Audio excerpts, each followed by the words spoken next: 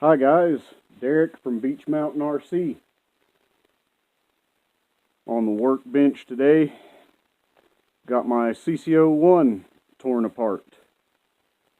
That's because got some new hop-up parts. Got an aluminum motor plate from Tamiya and some CV axles.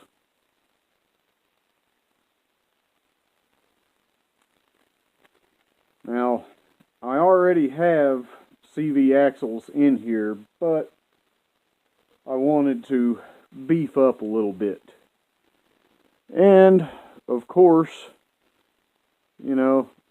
it came with this motor plate, but if I can get that to where you can see it, there's only two holes for mounting the motor. That gives you either the option of a 16-tooth pinion gear or a 20-tooth pinion gear. Now, I do have a RC four-wheel drive 3-to-1 gear reduction in here. And I have the stock 16-tooth pinion gear on it. And like I was saying, with the stock motor plate, you can only put a 20-tooth pinion on there. Now let me see if I can hold this motor plate up. Should have done that with the other one to begin with. Let me see. There we go. You can see just the two holes there in the stock one. 16 or 20 tooth. But this one, if you can see the slots there, it goes from 16 all the way through 20 tooth. Now, a lot of people have put 4-to-1 gear reductions in, and I put the 3-to-1 in because it just seemed a little more feasible. With the 16-tooth pinion gear, it's pretty much like I'm running a 4-to-1 compared to everybody else because they're running a 20-tooth. But it still drops my wheel speed down a lot. That's why I got this motor plate. Also, this motor plate is heavier, so you're talking a little bit more weight down low. And as I was saying about the CVs, these from Tamiya are a little more beefy than the Integy ones I have in here. I wanted to really take my drivetrain and blow it out as far as just strength and everything like that. And I am going to do a little bit of a review video here, just to sort of give you an update on what all I've done to this truck and everything. I will start out with the drivetrain. I do have full bearings all the way through the truck. For you CC-01 guys that are serious about it, you know that in the rear axle there is some play. So I have done the fix in the rear axle. I do have the factory locker in the rear. And I ordered another, I think it was J parts bag from this particular model. That contained another locker. So I've got factory lockers front and rear. I have the RC four-wheel drive 3-to-1 gear reduction. I do have the Integy CVDs in the front, and I'm going to replace them, of course, with the Tamiya ones. And then I have the RC four-wheel drive wide hubs on here. I am still running the stock drive shaft, but it's getting pretty worn out, so I'm going to have to do something about that pretty soon. Next thing was the steering. Steering, one of the biggest downfalls to the CC-01, of course. I have the Integy aluminum ball bearing mounted steering all the way through this, including the Integy steering hubs in the front end. They are ball bearing mounted as well. And Dynamite servo horn with a HS645MG servo. I do run a receiver pack, old school receiver pack. I'm a little old school like that. I don't like the brownouts for radios. And with a receiver pack, I never have any issues. Plus, it gives this torque, or this servo, more torque. I think it goes from like 107 ounce inches to like 133 or something like that, 139 maybe, with a receiver pack. So a little low on the torque there. Probably upgrade that sometime. But then to the suspension on the entire thing. I do have custom made suspension in the rear. I do make my own links. I may make a video on that sometime, but it is supported by axial icon shocks, the aluminum ones in the rear, and I have the shock stroke extension link. In the front, I have Integy C-hubs and Integy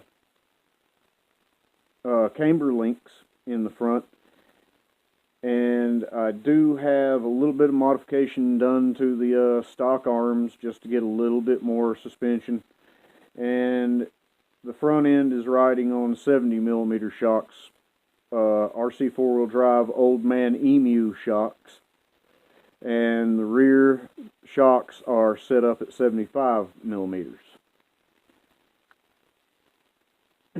Now, as far as my other electronics, I run a RC four-wheel drive 55-turn motor controlled by a Hobby Wing 1060 ESC, and in my Traxxas waterproof receiver box, I'm running it off of a Tactic TT300 3-channel radio. You know, a lot of people think RTR radio, but they seem to do fine. I run everything off of it just fine. Winches, lights, you know, never had a problem out of the radio, and they're inexpensive. And pretty much that's the rundown on this thing. I do have some chassis modifications, like the front brick has been cut off, and some of the stuff under here and a little bit of the interior fenders have been cut off. I do want to show you something real quick. I'll remove these screws, and yes, I am removing those screws from magnets. I do have my new body magnet mounted on here, and it is a great thing because, just like right there, dropping screws, you can keep that kind of stuff together with those magnets. Just stick your screws right to it, and it's no problem. But I do have my new body, and bam, it just snaps right on there. Great thing about magnet mounting. And you just pop it off, like, now it's going to be contrary, but just like that, just pops right off. Little idea I picked up from the guys over at the GCM garage. It works extremely well. These rare earth magnets, I get like a box of them for like a box of 20 for like 14 bucks, I think. Very inexpensive. But yeah, just bam, right on there. And it is strong enough to pick the entire thing up by the body.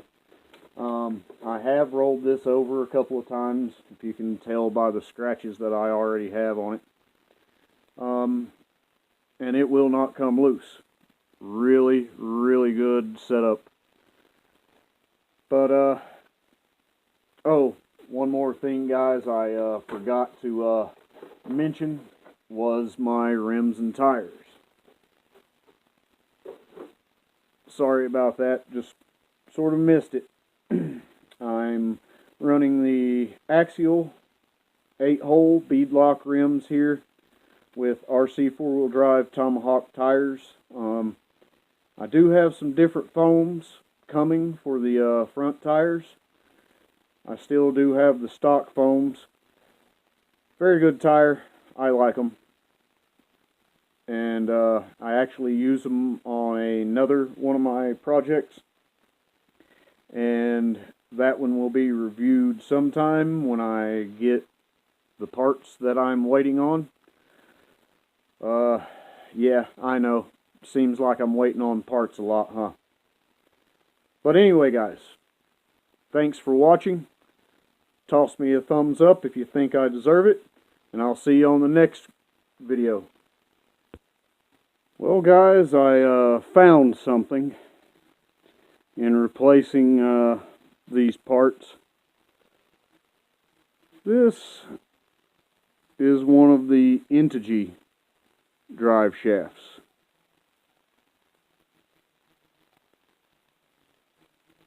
No, it's not supposed to be bent like that.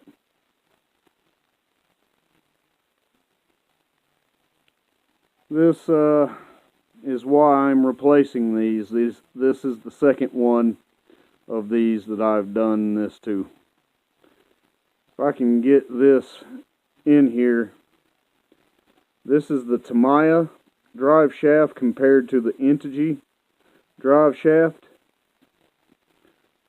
Thicker, cast hardened steel against just regular steel, about the same size as the original dog bone. But with that 3-to-1 gear reduction, that's what happens.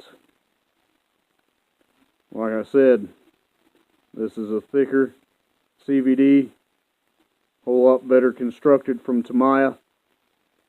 I like my Integy parts, but as far as this goes, I recommend you go with the Tamiya instead of the Integy. Later.